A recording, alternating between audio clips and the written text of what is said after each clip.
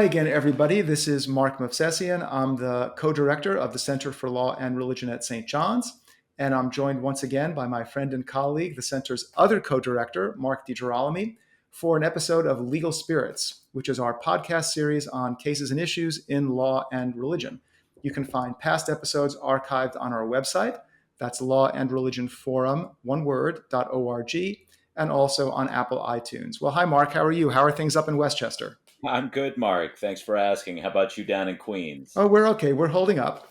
So today, what we thought we would do is a podcast on an issue that we addressed actually a couple of months ago, back in April. But there have been a number of developments since then, and so it's time for an update. The issue is church closings in the time of COVID virus. So ever since the epidemic began back in March, state and local governments have been instituting orders restricting public gatherings, including gatherings for religious purposes. And in the beginning, everyone was kind of willing to go along. But as the COVID crisis has dragged on, more churches and other religious communities are challenging orders that restrict worship. Most churches went along with this from the beginning.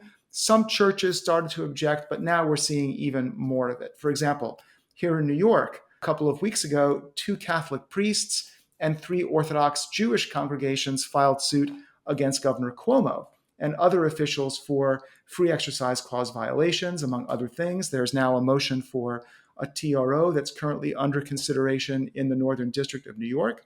The decision is expected shortly, could even come this week. Now, the lawsuits vary, but a constant in all of them is the claim that the restrictions violate the free exercise clause because the churches are subject to more severe restrictions than comparable secular gatherings. The results in the cases vary too. Some courts have sided with plaintiffs in these cases, other courts have sided with state and local governments. So today, we thought we'd look at a couple of recent decisions, one of them from the US Supreme Court and the other one from the Seventh Circuit. My view is the cases turn mostly on the court's willingness to defer to local authorities in a public health crisis, although maybe that will change. But Mark, I think you see things maybe a little differently. Well, I mean, I do agree that there's an element of that in both cases, especially given the procedural posture of both cases. We're relatively early in the litigation in both cases, especially in the Supreme Court case where the posture was a temporary restraining order. So, as we proceed into the merits, the degree of deference might change. But I think, and I should add that the Seventh Circuit case that we'll decide was at a slightly later procedural stage than the Supreme Court case. But I think that rather than deference is the sort of just general horse sense or intuition and overarching views of the judges, that's the key factor. And I think that's true on a couple of levels. Number one, the relevant comparable activity that the judges think is sort of similar enough to worship service with very little in the way of definitive data from the government about what's the relevant comparison group. And also, and I think this is kind of interesting, about the nature of religious activity and worship service itself, about what religious entities do or don't do or are for or are not for. So I think those things are really the driving considerations in these decisions, even at this early stage.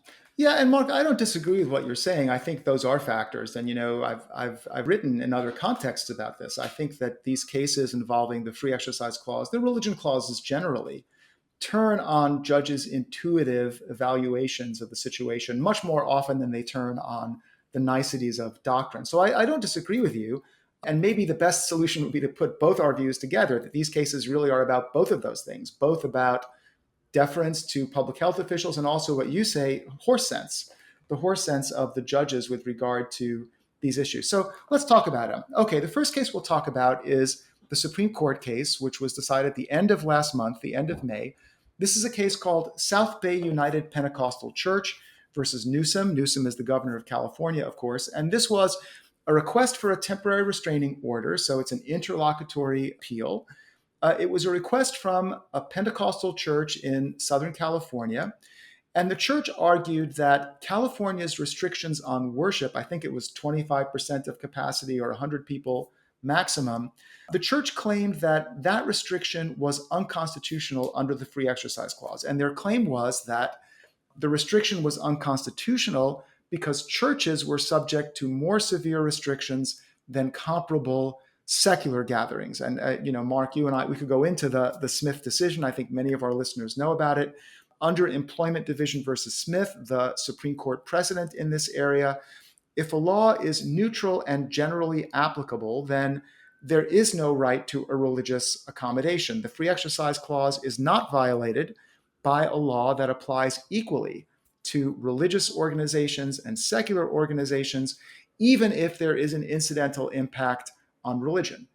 By contrast, if a law targets religion for disfavored treatment, then the law is subject to strict scrutiny. Now, maybe it's in that. this case, so maybe, maybe it's just So invalid Mark and I, altogether. It's something that's unclear. yeah, that could be Mark under Masterpiece Cake Shop. I agree with that. So Mark and I disagree a little bit about that, but I agree it could be. But we never reach that issue in these cases, because in these cases the claim is that the state is discriminating against religion, and in both the cases we're going to talk about, the federal court has said no. Now, in the South Bay case, the Supreme Court voted 5-4 in favor of the state, in favor of California, that is rejecting the claim that there was a free exercise violation here. There was no opinion for the court. It was an interlocutory motion, so these things move very fast. But there was a concurrence by Chief Justice Roberts. That is, he wrote his own opinion concurring in the result, explaining why the California restriction wasn't a violation of the Constitution. And he said it wasn't a violation because the California restriction applied equally to churches and comparable secular gatherings. So under the Smith case, there was no free exercise clause violation. Now, I should say Chief Justice Roberts didn't even cite the Smith case, which sort of goes to my point a little earlier. I'm not sure how important these cases really are to these decisions, but he was applying the test even without citing Smith by name. The state had restricted religious gatherings and comparable secular gatherings. Now, what made them comparable? He said the state was restricting equally all gatherings that involved large groups that got together in close proximity for extended periods, like theaters, like sporting events, like lectures, like concerts, and like religious gatherings. And he said, you see, they're all the same. These are the same sorts of things, and the state treats them all the same. And he said, in addition, we're in the middle of a public health crisis, and judges should not second guess the experts when there are so many medical uncertainties and scientific uncertainties. And what he was saying there, by implication, didn't say it in so many words, was if the public health authorities tell us these are comparable, then they are comparable for us. So, Mark, that's what the Chief Justice said. Now, there was a dissent in this case. Yeah, but that's true. But even before we get to the dissent, I think the Chief Justice also mentioned that for the end of that concurrence that, look, this is the way that it looks to us now, and we'll have to gather, as the case goes along, more information about exactly what it is, how these orders are being enforced. But I think there was a kind of a qualification, if I'm not mistaken, Mark, toward the end of that concurrence that said this is a fast-moving situation. We're going to, because it's so early, we're deferring to the government, but we're going to want to see evidence that what we are claiming, that what we believe is in fact comparable treatment is in fact being implemented by the authorities over time. Well, and we're going to talk about that a little bit later because, of course, things are changing and perhaps the opinion will come out differently today. I don't know, but they are changing. Okay. Now, there was a Kavanaugh dissent in this case. Justice Kavanaugh wrote a dissent joined by Justice Thomas and Justice Gorsuch, and he said the Chief Justice was wrong, that in fact this was not equal treatment. California was not treating churches and comparable secular gatherings equally. Now, how did he respond to Chief Justice Roberts? He said Chief Justice Roberts was making the wrong comparison. The basis for comparison is not the nature of the activity, large gatherings, enclosed spaces, long duration. That's not the idea. The basis for comparison is the ability of participants to follow public health recommendations. For example, about social distancing. So, it doesn't matter how many people gather together, it's whether the participants can actually abide by public health recommendations. And Justice Kavanaugh said, there's no indication that people in churches are any less able to follow public health recommendations about social distancing and masks and so on. than people in gatherings that were allowed, like warehouses and things like this. And Justice Kavanaugh said it's true, local authorities have the discretion in an emergency to make these judgments. They have substantial discretion, but California went too far in this case. Okay, that was the Supreme Court opinion. Now, just last week, the Seventh Circuit, which is the federal appeals court, sits in Chicago, looked at a similar case and came out more or less the same way, Mark. So why don't you tell us about that case? Yeah, so in the 11th Circuit case, the court rejected a very similar claim. This was a panel of the Seventh Circuit. From my reading of the decision, there was some sort of change in the nature of the regulation during the litigation in order to try to moot the church's claims. And the government said, well, at this point, the churches are getting what they want. And the Seventh Circuit, this is a decision by Judge Easterbrook, said no, because this issue is not mooted because the regulation can very easily switch back to something else. So similar kind of claim. The claim was the restrictions applied by the city don't apply to comparable secular gatherings like gatherings in warehouses, for example.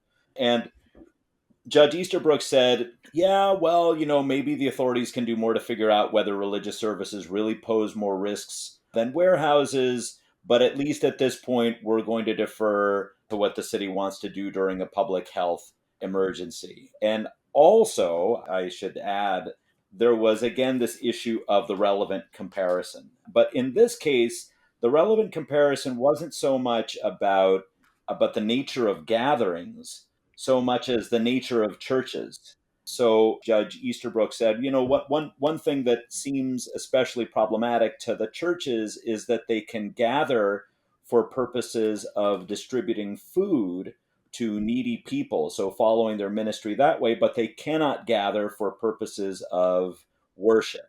And that was something that seemed highly incongruous and unfair to the churches. And Easterbrook said, well, actually, it makes perfect sense because you have to gather in person to distribute food, but ministry and worship, that can be done in all kinds of ways. The churches can minister to the soul as opposed to the body in all sorts of other ways, like being online. So I think it was actually quite a remarkable statement for a federal civil judge to come out and say, well, I'm going to start issuing opinions about exactly how it is that churches can and can't do their ministering to the soul. Well, it's interesting. The state is supposed to be neutral about such things. And what Judge Easterbrook was doing there was basically saying, for purposes of the law, religion doesn't require being together to worship in large numbers. And, one may say that's actually a very Protestant understanding of things. I mean, from a Roman Catholic perspective or an Orthodox Christian perspective, and I'm sure this is true of other religions as well, with which I'm not as familiar, but you can't receive communion online. I mean, you can listen to a sermon online, but you can't receive communion online. So it is sort of interesting. But Mark, I'm actually a little surprised to hear you say that, because other times I think you've said, well, the state really does have to have a stronger definition of what religion really is. We can't just say it means anything to anybody. Well, no, I certainly agree with that. But there's a long way, it seems to me, between having no definition at all for religion, about what religion is, and telling churches what their ministry looks like and what it means to worship and what it doesn't mean to worship. And I should say something else, too. These sort of injunctions on civil authorities to stay out of the business of religion have a bit of an opportunistic flavor. You said it sounds Protestant. It sounds secular is what it sounds. Also, sounds like you can get everything that you want to get individualistically from religion just by sort of sitting at home in front of the TV screen or the computer screen. Well, sure, that's one kind of view about religion. And to the extent it's problematic that a civil judge is opining about religion for that it's problematic on separationist grounds, one wonders why one isn't hearing more complaints from the strict separationists about this kind of statement from a civil judge. The suspicion is that separationism is important when it's important and not important when it isn't important. Well, I don't know. We'll have to invite them on and ask them. But I will make another point, actually, Mark, about secularism and Protestantism. Of course, American secularism is very heavily inflected by Protestantism. I mean, this is our law going all the way back to John Locke. Our understanding of what religion is and therefore what secularism is is a very Protestant understanding of these things. So it really wouldn't be surprising to see this manifest itself in our law over time. Okay, so to think about these two cases, as I said, give our own view about this. I mean, my view is much of what's going on here is this idea of deferring to public health authorities in a crisis. I think it's true both in the Seventh Circuit case and in the Supreme Court case. I do wonder, though, whether that theme is going to continue as strongly in future cases, because it seems to me that the public health authorities have squandered a lot of their credibility lately.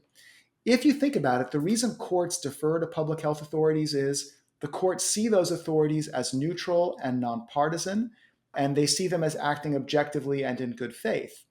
But in the last couple of weeks, we've seen the public health authorities who, for a long time, were telling Americans they could not gather, even with social distancing, right? They shouldn't gather in public, even outdoors, because that poses a grave risk of contagion, and people were not allowed to have funerals for their family members. Many of those same public health experts are now saying that mass protests are okay because of the importance of the issues involved. And there's a kind of inconsistency there. If public health authorities are saying gatherings may be allowed or disallowed depending on the motivation of the participants, well, that doesn't really seem so objective any longer.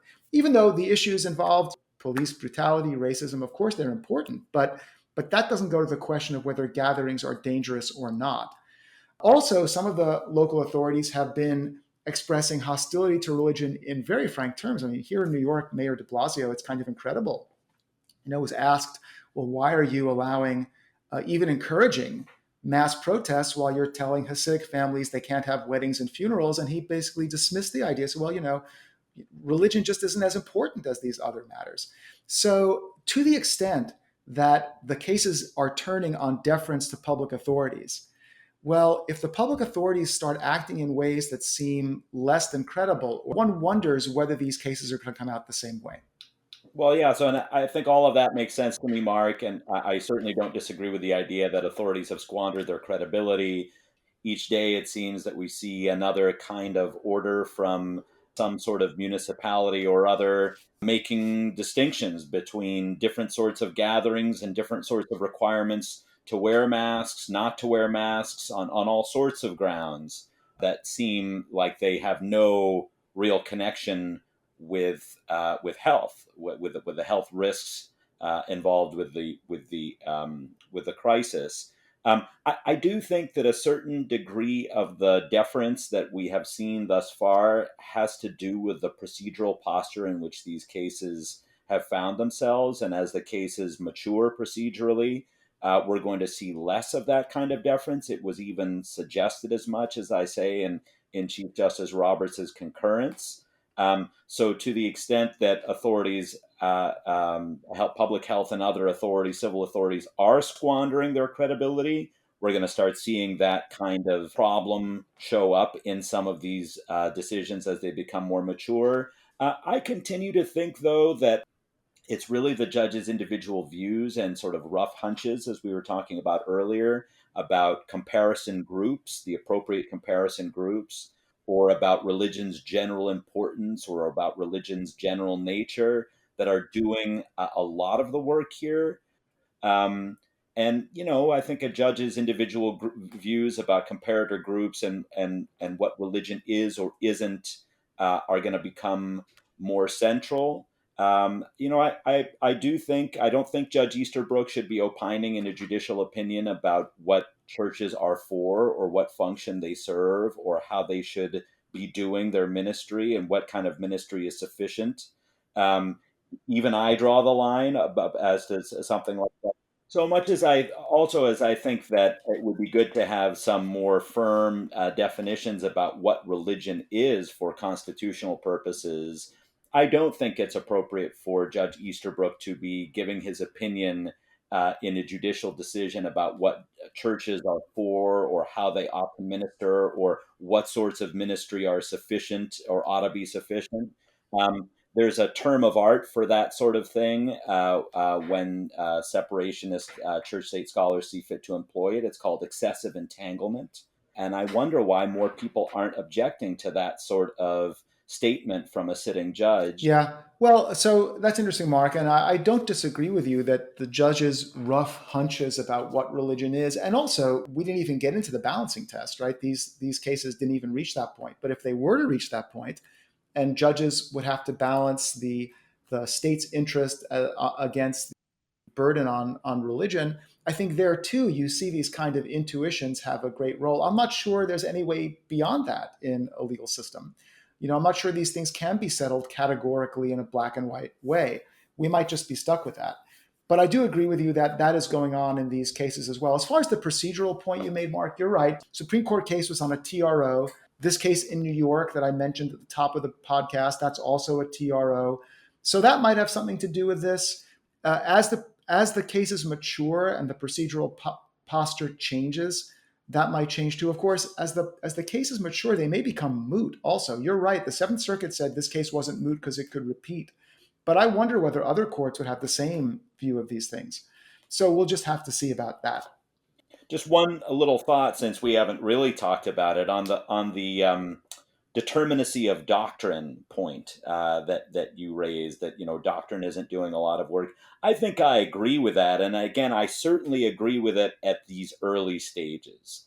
Later on, I think, yeah, it's true. Whether you're using the Smith test or a balancing test, if a judge feels strongly enough about a particular issue, he or she is going to get to the result that they want to get to, irrespective of which test. On the margins, though, I do think that the framework within which these issues are analyzed, whether on a sort of neutral and generally applicable framework, or on a straight up balancing framework, that can have some kind of constraining and or not constraining effect when the question is a close one, let's say, and when you're but not much. Not much. I think, especially as early as we are in these cases, and as sort of as much uncertainty as there is, and as much sort of hunching out as there is going on. Yeah, so as you're talking, I'm thinking of the old joke. I forget who said it about law students that they enter law school as vulgar formalists and they leave as vulgar realists. And I don't want to be either one, right? I'm not saying that the doctrine doesn't have any role in this. Of course, it has some constraining role. I'm just saying I'm not sure it actually has the force that you would think it had if you just read black letter law and said, okay, here's the test, let's see what comes out. I just don't think it can work that way in these cases, especially cases which are like this, which really touch on very deep and profound issues involving the polity, constitutional cases with a small c, those cases that constitute our social life. I just don't think the doctrine plays as great a role as many people do, I guess. Okay, well, so those are the two cases. We'll keep an eye on this. There are some Supreme Court opinions on other religion issues, which are going to come down soon. You can count on us to address them too. Meanwhile, I'm Mark Movsesian, once again joined by my friend and colleague Mark DiGirolami for another episode of Legal Spirits. Look forward to seeing you next time.